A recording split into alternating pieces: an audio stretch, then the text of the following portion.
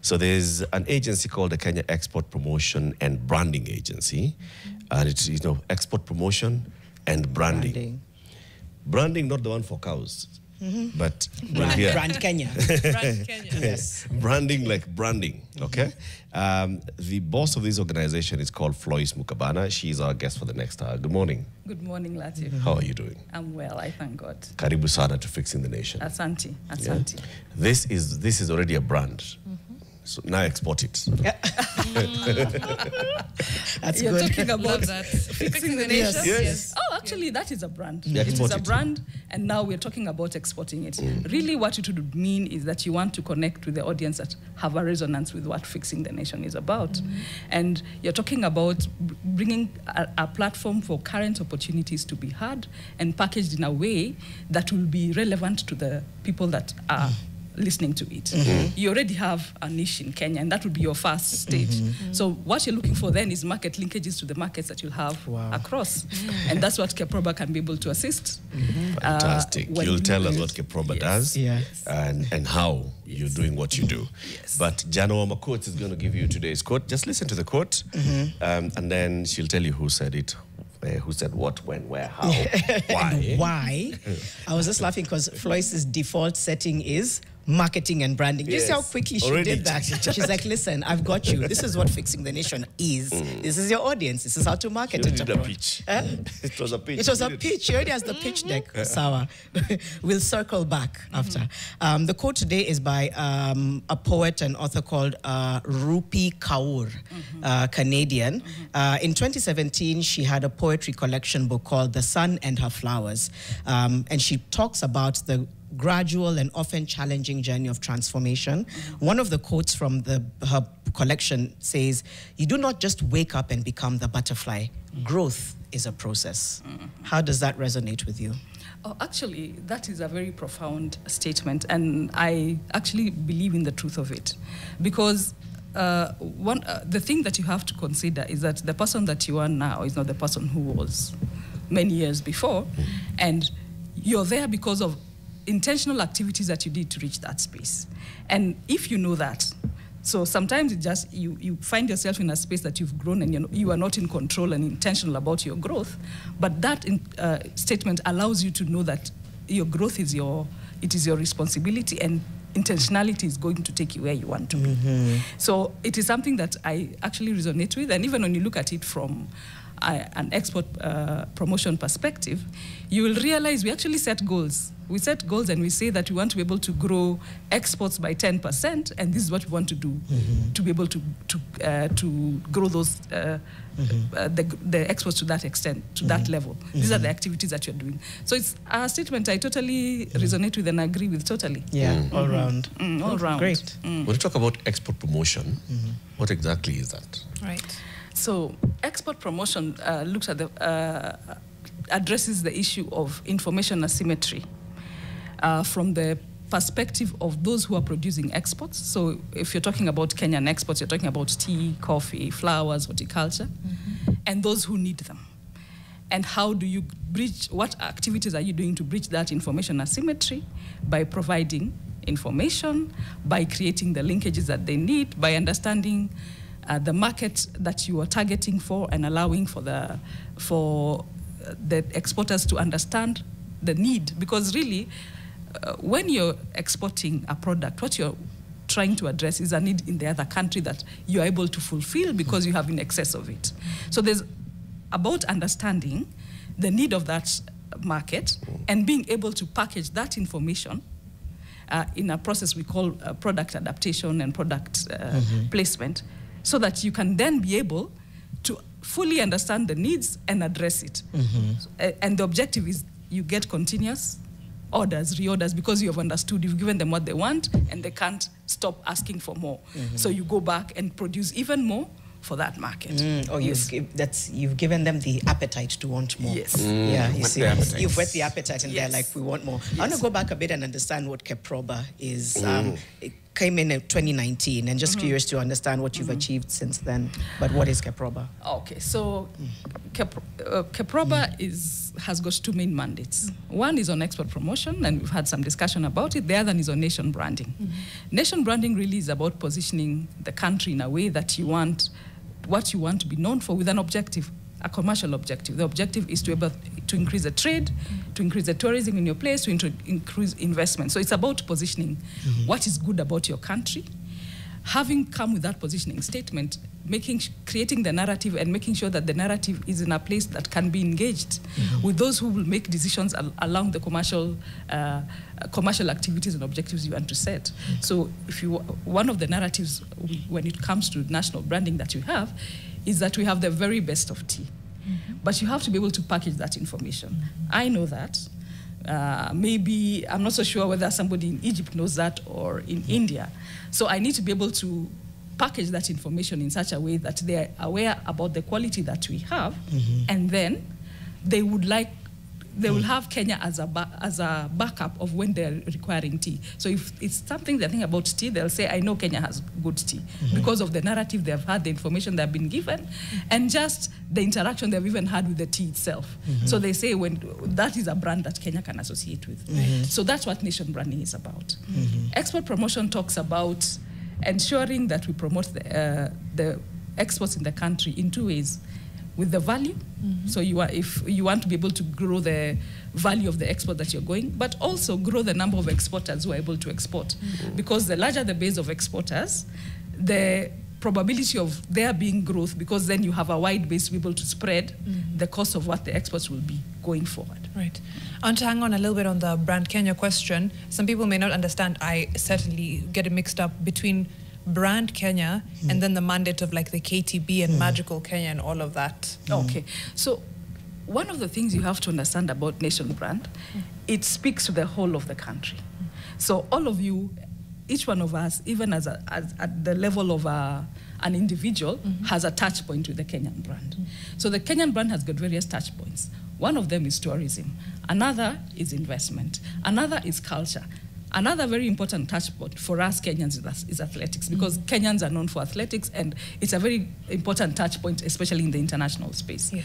So nation brand acknowledges that all these are contributors to the national brand, and the role that KEPROBA plays as the coordinator of Brand Kenya is to provide a platform to allow for that expression and to be able to work and coordinate with all the rest. So you'll find that then KTB also works on the nation brand at the touch point of tourism. Can Invest works with the nation brand at the touch point of investment. So we are all speaking about one country. So the issue is that even as I speak of exports and somebody else speaks about investment and another speaks about tourism, the message is coordinated, it is uniform. Okay. Yes. And just to follow up on that, Lenny on YouTube says, in recent days, maybe even weeks and months, we've seen tourism shifting from us to other countries, whether it's Tanzania or Rwanda and the African South. What are we as Brand Kenya, nation brand, not doing? So one of the things that you'll always have to deal with when you're dealing with a nation brand and when you're positioning the brand is that there will always be opportunities for you to grow. There'll always be opportunities for you to deal with competition. And that's now where you're looking at, that we are getting a situation where we are feeling like our market share is being taken up from another space. So what are the interventions we want to do to ensure that we are able to either take a hold of the market that we have or see how to increase? And that is why you have organizations like KTB that sit down with a whole marketing plan. Ideally, if when you're talking about marketing the country, you have to have a marketing plan for a period of time. And they will tell you with data-driven information that this is what's happening, this is what we're doing. But allow me to circle back to exports, because really that's what I can be able to speak to.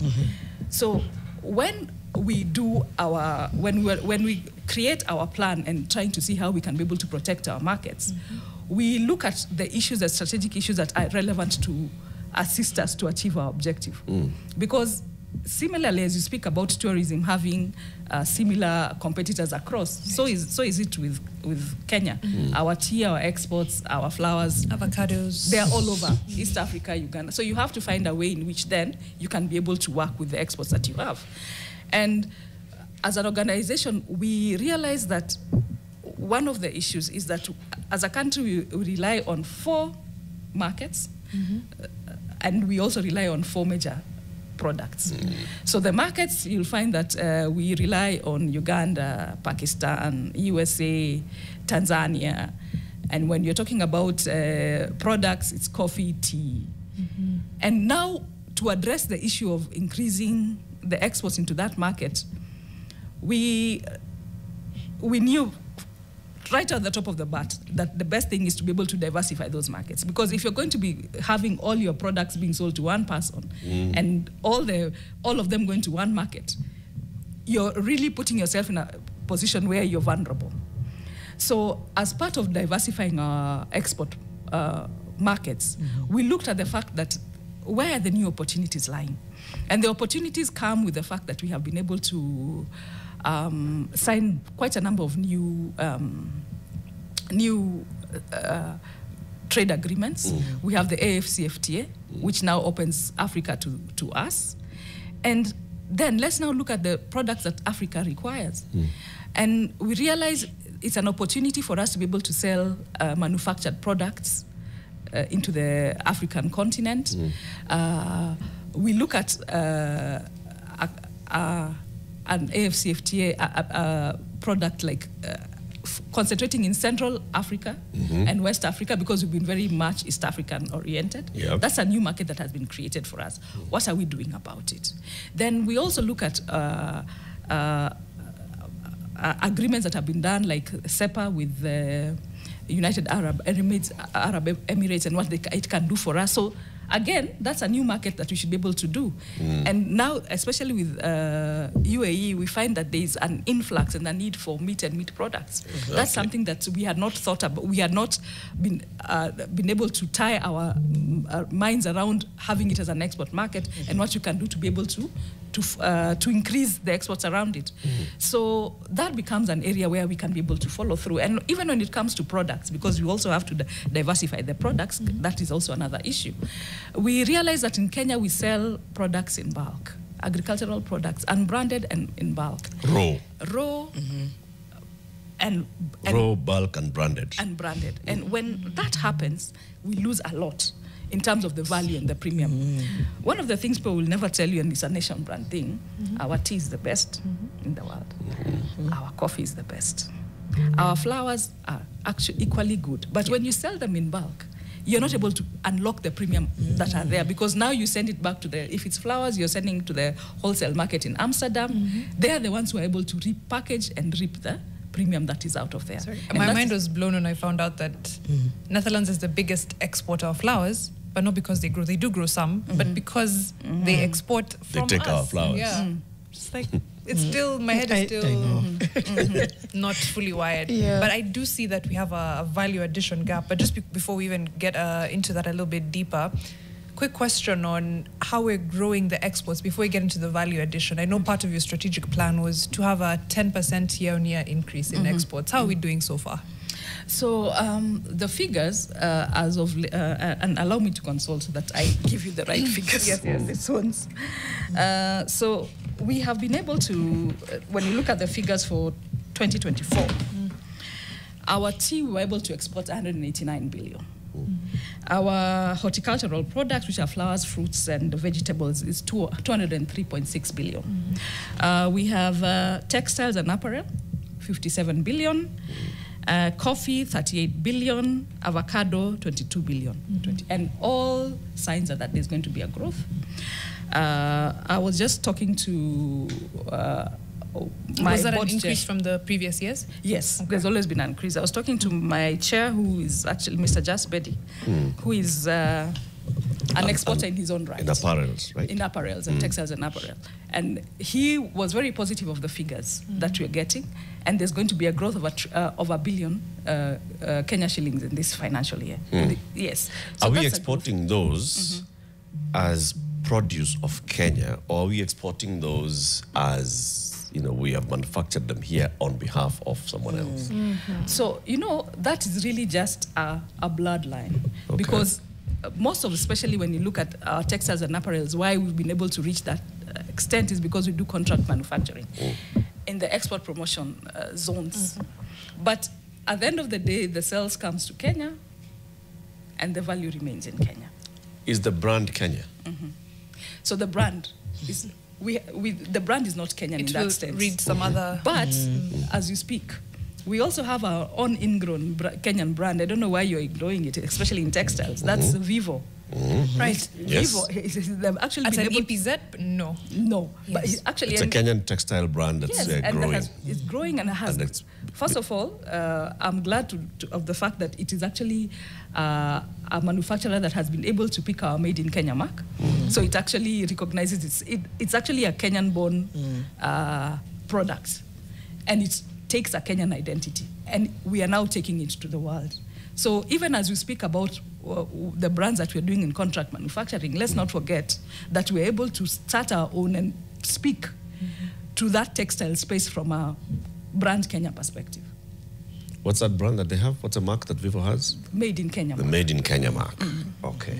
Does our tea go out there with the Made in Kenya tea? So that is one of the things that we, even as Kenya, we try, as Keproba, we try to address.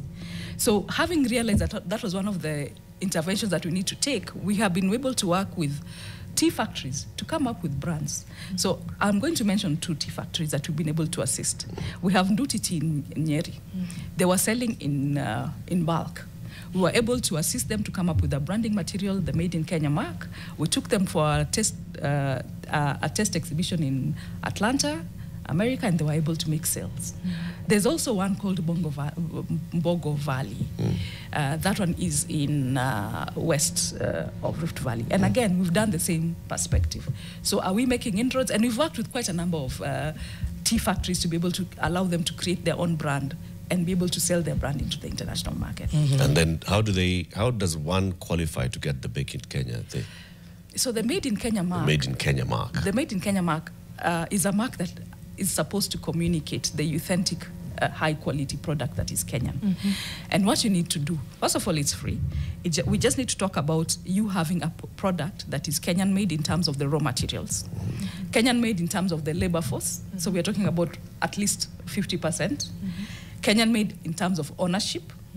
And then because we also have to address issues of quality, we are going to look at you having been able to get the quality mark either from Kenya Bureau of Standards or from your industry that recognizes that your product is quality.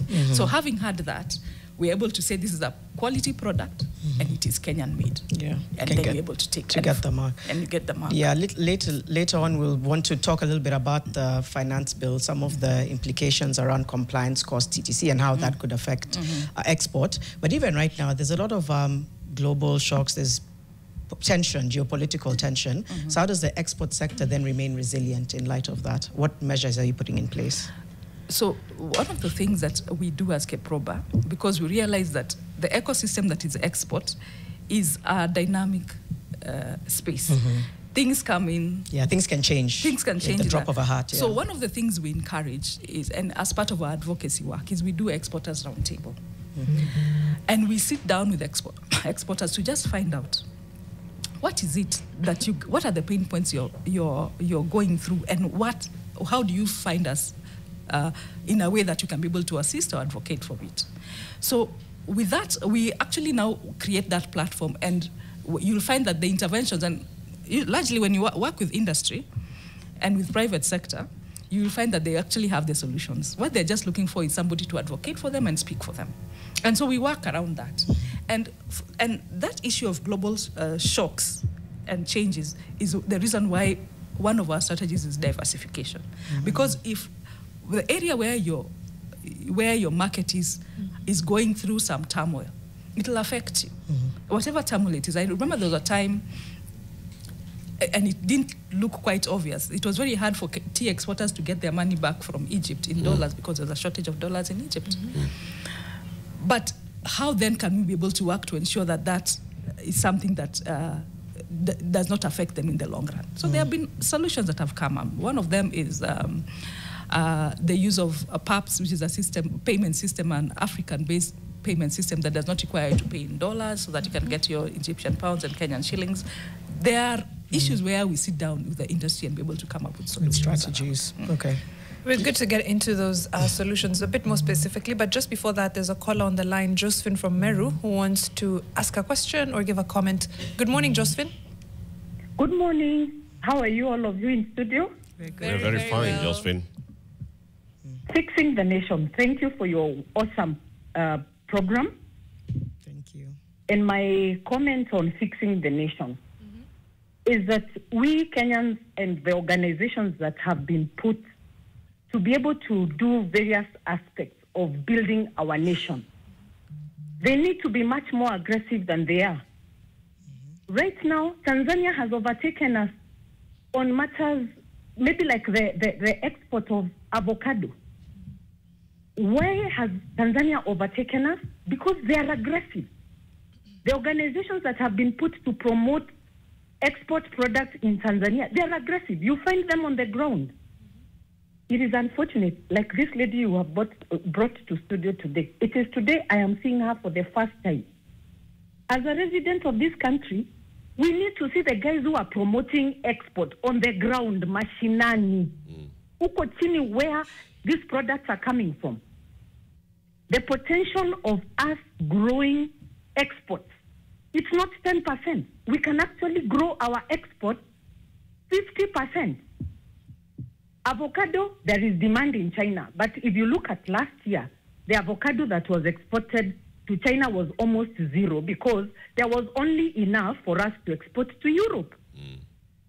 Honey, we can do so much more. Herbs and spices, we can do so much more. Products that have actually been manufactured and value added, cashew nuts, baobab seeds, baobab powder. We have all these things that Tanzania have. But look at us Kenyans now. We are going to Tanzania to actually import from Tanzania. What is Tanzania doing right? Look at even the tourism in Tanzania. They promote, the rubber touches the road when it comes to Tanzania. Our officers need to come out of the office, go down mashinani kwa wananchi. Lakini wakikuwa wao ni strategic plan, sijui 10-year plan, na wako kwa ofisi, hatujawahi waona mashinani wakifanya hizo, wakisema Kenyans, you can export this. I'm sure there are almost like 500 products that we can export. Okay. Thank you. That's good, Josephine. We'll come back. We need to do something more than we are doing. Thank you. Thank you, Josephine. But just before you go, are you an exporter? Personally, I'm in I work with communities, encouraging them to produce products, value add, and export. Okay. But even the support that you receive, very minimal. Okay. Yes, you have to struggle with information. You have, even when you go to some of these offices, you don't get assistance. They tell you, oh, sijui tutaona, that issue is devolved. Now talk to your county. When you go to the county, they have no idea. Thank you, Josephine. Your input is very critical, and we'll come back and pose these questions to Floice. Thank you for speaking to just the experience, even, mashinani, and trying to bring those issues out. But it's coming up to 8:30. We'll be back after this short break. 0112 500 400. She's looking at you like this lady should be working for Keproba. I'm telling she you, can really for Kenya. Right? She's looking at you those ones of. Please sidebar after this. Just tell Mariam you might attend kindly. Wacha tupange Lakini kitu Mariam hapa. akona job very important. Oh my God. Mariam akona job hapa. You can use her as an influencer. Influencer, yes. I was just going to say influence. It could have gone south on live TV. We meant to influence for Keproba. Yes. We need her here. Some feedback. Miss P, hello fixers. I like what our last caller has said about not having people on the ground. And it's common in most enterprises. There's no interaction on the ground. That's why, quote unquote, outsiders come and reap. Maurice Andati, I think, has alluded to the same thing. I think for me, the issue is that things sound good on the top. But when you visit where the raw materials come from, you'll notice no impact. My question is, middle people, we need to cut that. Finally, Maurice also says, as I said, it sounds good on paper, but it's not impactful on the ground.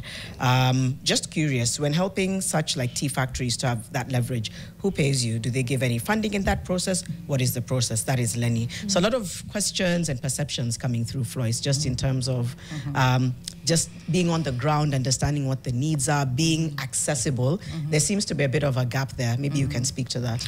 So first of all, I take this feedback quite seriously. But, and I would like to also just mention that as an organization, we actually are on the ground. I want to give you an example of one of the counties we've been able to work with, which is Kwale County.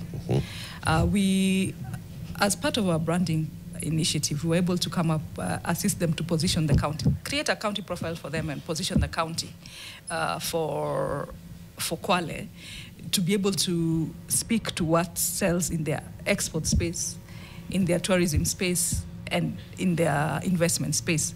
But most importantly, we identified one of the unique export products from Kwale is seaweed. So we engaged several stakeholders to be able to see how then they can be able to access that seaweed market into the international market. That is one of the things that we've been able to. When you say stakeholders, who do you mean? So especially when it comes to the seaweed issue, we worked a lot with DHL in that matter. Because DHL has a program that allows exporters to work with the exporters to be able to identify markets for them, and then they give you the logistics perspective to work with you. They can be your logistics partner. Yes, it works for them, it works for you. Yes. I see how that goes. Yes. But the people in Kwale, who did you work with? The county. So the county, we worked with the county government that identified women who are in seaweed. Okay. So they were able to aggregate those women. Okay. So those women, once aggregated, we were able to take them through a capacity building program of how to export seaweed and work with DHL to ensure that they're able to get their logistics. That is so interesting. Right. In terms of the export business, where does one start? If somebody is like, I want to export this product, do I register somewhere? Am I vetted somewhere? Do I need to worry about middlemen coming and taking more than they need to? Where do I start? I'm thinking about today. I want to start exporting. What would I export? Avocado. I was going to say, avocado, son. I like avocado. I hear allegedly that there's avocado like cartels in Kenya. You can't just plant your avocado and grow.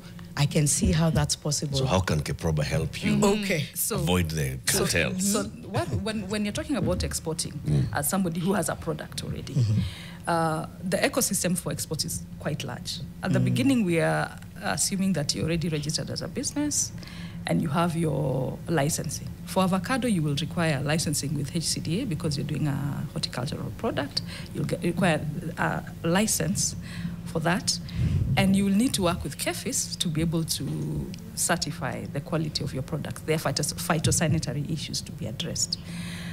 Once that is an area now where we're talking about standards, now we're talking about markets. Because again, where are you going to get your markets? So when it comes to markets, we have got two tools. We have an e-portal that allows you to put your product out for buyers to be able to follow through. But even if you don't do that, there is a program that you can be able to use to identify markets, identify the buyers. So you go through a program and they'll give you, and your target market is China. They will give you a list of 10 or 15 Kenyan Chinese buyers who buy avocado and their contacts. That allows you then to start engaging with them. That's market linkages. So you engage with them and find out now what it is they want. The other thing that we also train people, now that you already have a buyer, is about negotiation. Because if you do not know how to negotiate and how to work through your export, your Incoterms, your pricing, but even just how you're going to be able to say, are you selling it up to the, who's going to take care of the customs duty? Are you selling it free on board? Are you selling it X factory? All those things we train you and teach you how to negotiate. And based on that, and then we also allow you to be able to have a chain of, because it has quite a number of logistics. There is the insurance you have to pay, there is the logistics you have to deal with. So we take you through that whole process. And this is done through a program that you have. It's called the Exporters Readiness Program, where we take you through models of various aspects of exports. What am I saying, Janet? The export ecosystem is a difficult one. It is not something that you can be able to, not to scare you, but it means then you can also be able to sit down with somebody who can hold your hand and show you the steps going forward. See, that's the thing, though, Floice. Just like Josephine was saying, so I want you to hold my hand. I am a farmer in Kimana, okay? I do capsicum. You know, in Kimana, we can do anything apart from tea and coffee. Onions, tikiti maji. We can do all those things. I want to export. But I have never seen Kiproba in Kimana. So where do I begin? How do I get this knowledge, this information? Where do I go to today as a farmer in Kimana who would like to access the export market for my onions, my tomatoes, my watermelons, my So one of the things, Eric, I'll assume is that supply is not an issue, because by the time you're going to international Shamba market, nikonayo, maji nikonayo, so it's not an issue. Jua, water. So you're able to do container loads of exports. Can supply. I so can now even that you already have that, yes, and you already are a company that is registered, you already have your certifications in terms of... listen, I am a farmer, I farm. These things of company registered, those are things that you know, I don't know. So that's why I want that information from the very basic. To be guided. But actually, we actually have a department in Kenya Export Promotion and Branding Agency. It's called Trade Advisory Services. Okay. That is the role that it plays. You actually just go to that office. You're able to communicate with us through a website. Where is the office? Our offices Remember, I'm in Kimana. Yes. Okay. So our offices are on 16th floor. Sorry, you don't know. Kimana is in Loitoktok. Okay. From Kimana, you just do 5, 3, say you're in Tanzania. Okay. Okay? It's that far. Is that, that close. Yeah. So how do I then access? Must I travel to Nairobi, look for which building again? Anniversary. So you don't have to. You don't. So if you're present in Nairobi, we have an offices in Anniversary Towers, Trade Advisory Services. If not, you are able to contact us through email. We are able to assist you from that perspective. And even when it comes to your own learning, we have models that will allow you to access the information that you want from wherever you are using the internet. Okay. What's the portal on the internet? So our portal is www.makeitkenya.go.ke. Make it Kenya. Yes. Make it Kenya. I like that.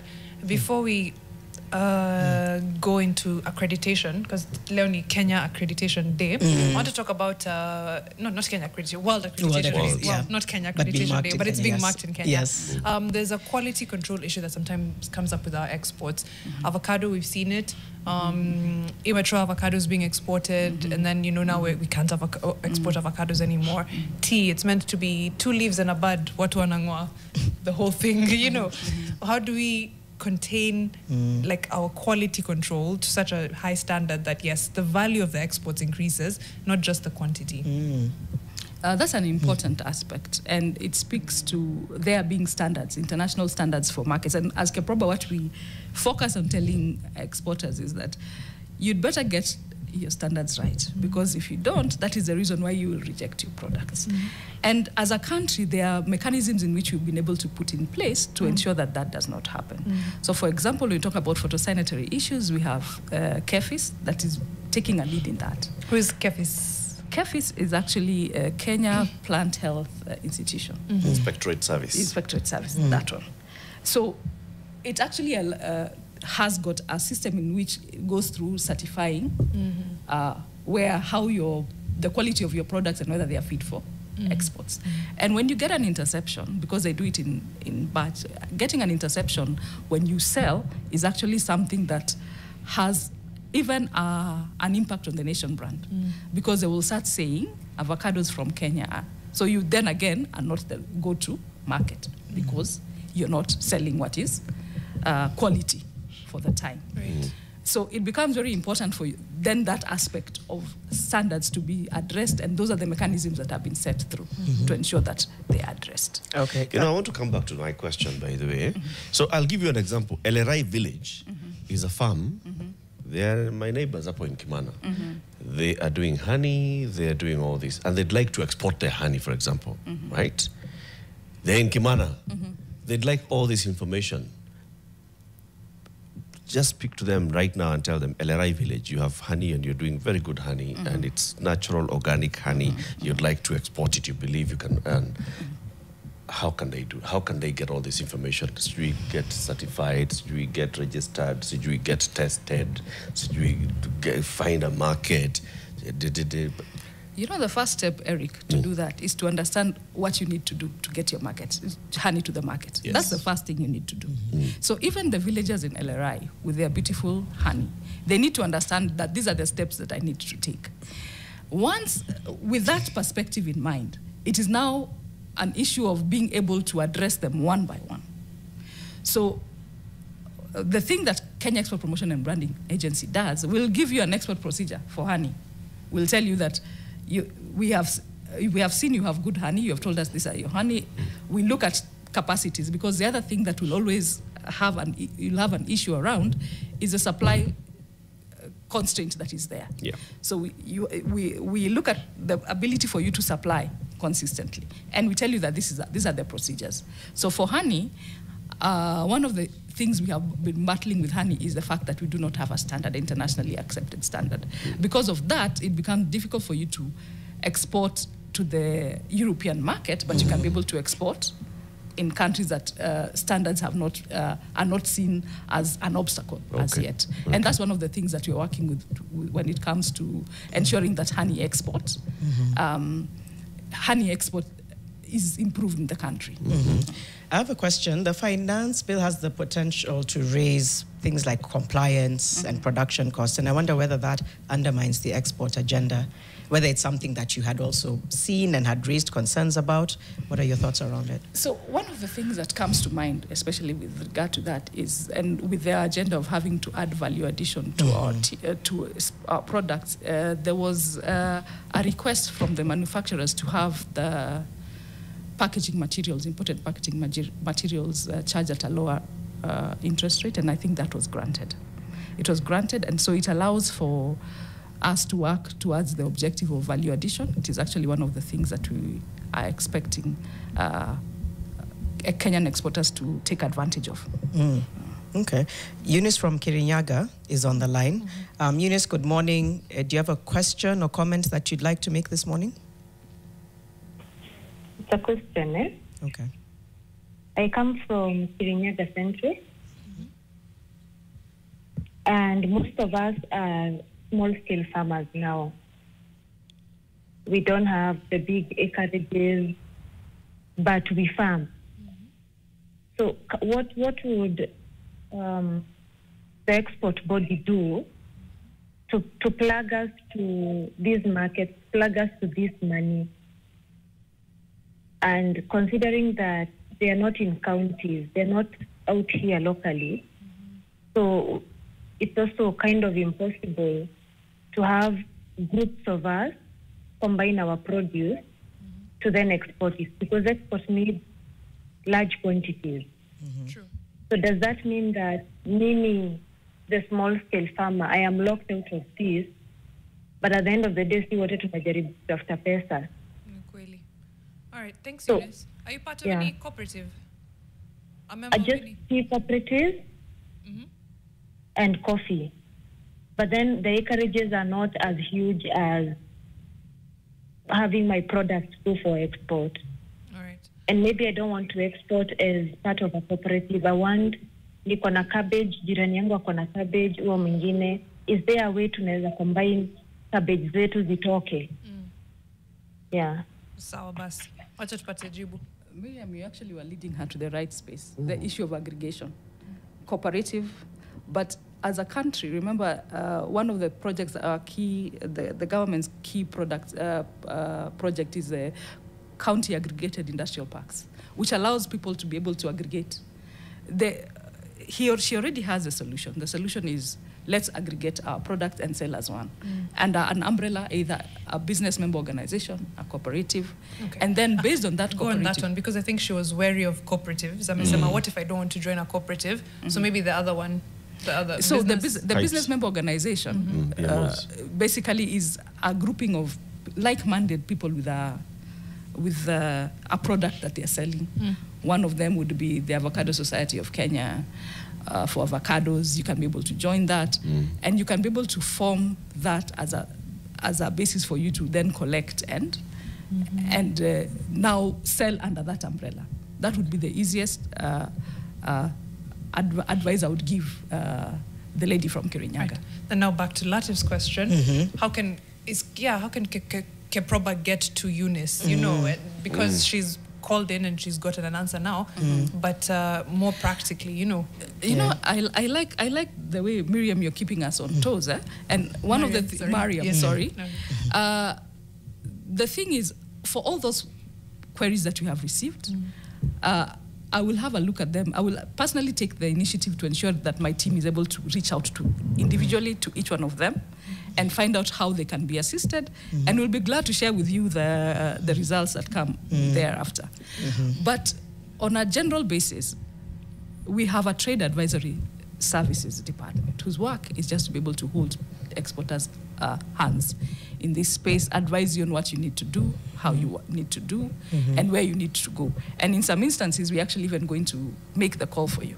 Yes. I think proximity seems to be an issue, whether there's site visits, because I'm in Kimana, Kirinyaga, and whether there's going to be any proximity to some of these trade one offices. of the things we also do to ensure that we try and get our information down in county is we work with the county governments.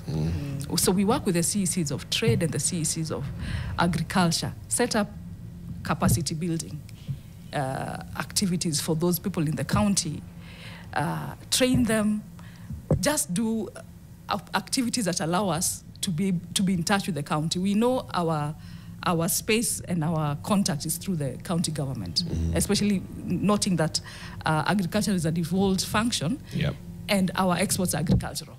So we always do that. But then also there's, when you say exports are agricultural, diversification of our product. And you mentioned it a number of times. We see countries that are doing very well exporting tech. Kenyans are really good in tech, and we have a huge startup ecosystem in Kenya. Is tech one on your list to be promoted as an export? Kenyans are very well educated, they are sharp, they are bright. Kenyan human resource can go anywhere in the world. That's true. Us guys are resilient. That's a good thing and a bad thing for us, but we can work anywhere. Is labor something on the list, right? You mentioned things like meat that we have not been thinking about, yet Somalians have been sending goats to the Middle East and making a lot of money, and Ethiopia the same, hides and skins the same. I mean, diversification of our product, of our export product. What are you doing about that? So the tech space is actually one of the areas that we need to be able to work to push the export product quite out into the market. And it is actually a brand positioning of Kenya. We call ourselves Silicon Savannah because we are known that our tech space is good. So how do we work with the tech players in ensuring that their exports are out? We usually use, we work with them especially from the brand perspective, in being able to use their knowledge to shape the narrative that we have for our brand. The objective of such discussion is that then you see Kenya as the destination of choice when it comes to issues of tech services. How do you maintain a certain perception when governance and instability seem to be not the order of the day? It's a transition we're going through as a country. How are you able to reconcile that and be like, no, maintain confidence? Is it impacting our brand? Kenya. So obviously it will always have an impact on our brand, and if you are to go back to the reason why Brand Kenya was formed back in 2008, it was actually to address that. It was actually to address that. So this is how we deal with it. We recognize that one of the things is that you have to, in a brand, you have to be authentic about it. So if there's a problem with governance, we are not going to hide and tell you there's no problem with governance, but we are going to, and in my view, we're going to be able to see what it is we are doing to correct. And if you agree, there's quite a lot the government is doing to correct it. We are looking at situations where we have a robust constitutional and legal framework that allows such issues to be taken through the due process. The due process, so that at the end of the day, it is not integrity issues without a feedback on the same. You will still have to be held accountable for what you're doing. And that is basically what I would be able to narrow down. I will say as a country, this is what we are addressing to ensure that our governance system is actually on point and we are moving towards the right direction. Okay. Floice, thank you for coming today and for expressing yourself this well. You've worked in this organization for long, so you know it like back to front, and we can clearly tell. So again, the website is makeitkenya.go.ke. Yes. Right? And if you go to that website, you can sign up as a seller, as a buyer, as Make in Kenya. You can then interact.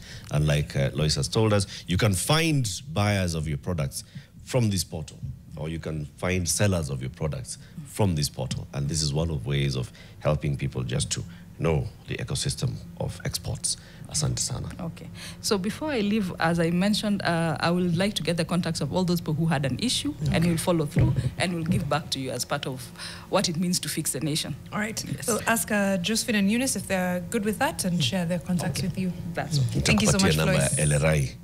Yes. LRI village. I'll ask them whether they want to export. I know they want to export. They must want to export. I mean, what are they doing? Keep it here for more conversations. Coming up in the next hour, it's how KRA and its push to amend a couple of laws would impact our data privacy laws. That is going to be given to us by an expert in this area, Bright Nobeli. It's coming up to 9 a.m. Good morning.